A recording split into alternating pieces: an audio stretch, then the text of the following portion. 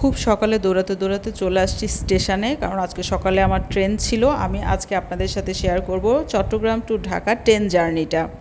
ট্রেনে এসে আমরা আমাদের সিটে বসে পড়ছি এবং কিছুক্ষণ পরে দেখলাম কফি আসছে, তো খুবই ঝিম লাগছিল। পরে ভাবলাম যে কফি খাই, তো আমি কফিতে সিপ দিয়ে দেখলাম সবাই ঝিমাচ্ছে। তার মানে রাত্রে কারোই ঠিকঠাক মতো ঘুম হয় নাই সকালে এই ট্রেনের টেনশানে, যেটা আমার হয়েছিল। কিছুক্ষণ পর পর মনে হচ্ছিল এই বুঝি 6টা-7টা বেজে গেছে, এই বুঝি ট্রেন ছেড়ে দিল, আমি বুঝি যেতে পারলাম না। এই টেনশানে পুরো রাতই মোটামুটি তন্দ্রা ছিলাম। এই ট্রেনটা এমন এক সমস্যা, সেটা হচ্ছে অন্য কোনো সার্ভিস যেমন বাস বা অন্য কোনো ট্রান্সপোর্টে আপনি একটু ফোন করে বলতে পারবেন যে আমার আসতে দেরি হচ্ছে বা আমি একটু জ্যামের মধ্যে আছি বা 5 মিনিট দাঁড়াও, বাট এখানে সেই সুযোগটা নাই। এটা একদম টাইমলি ছেড়ে যাবে, যার জন্য একটু টেনশন আমার মনে হয় সবারই হয়েছে, যার জন্য সবাই ঝিমাচ্ছে। সকাল দেখতে দেখতে আরেকবার চলে আসছে চা। আমরা এবার একটু চা খাবো। খুব খারাপ লাগছিল, মাথা টাথা কেমন ভারী হয়ে টাইট হয়েছিল, কারণ রাত্রে খুব একটা ঘুম হয় নাই। তো আবার একটু চা নিয়ে নিলাম আমরা, এবং চিনি ছাড়া চাটা মোটামুটি খারাপ না ট্রেনের মধ্যে।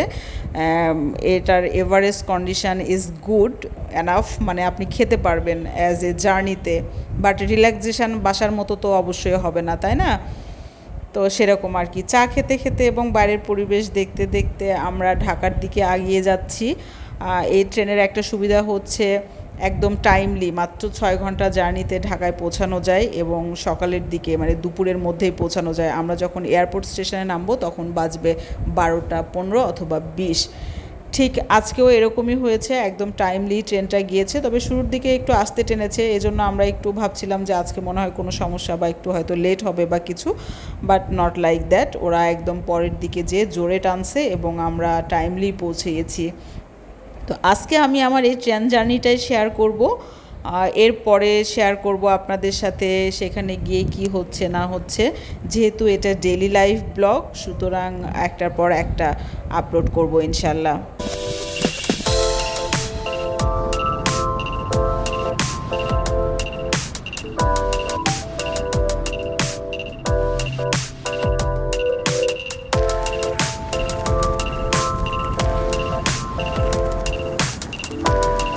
সে ছোটোকালে ধান ক্ষেত সবুজ ক্ষেত দেখেছি, এরপরে খুব একটা দেখা হয় না। কর্মজীবনে ঢুকে যাওয়ার পরে তো আরোই দেখা হয় না। তো অনেক দিন পরে যখন এরকম দেখছিলাম, ভালোই লাগছিল দেখতে।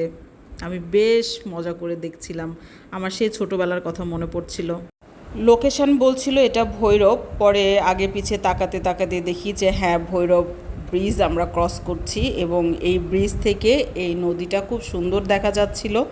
আমরাও বেশ উপভোগ করেছি, ভালোই লেগেছে। আমার ট্রেন জার্নিটা সব সময় ভালো লাগে, এবং যদি ট্রেনে সারা পৃথিবী ঘুরে দেখা যেত আমি হয়তো অনেক আগেই সেই ট্যুরে বের হয়ে যেতাম।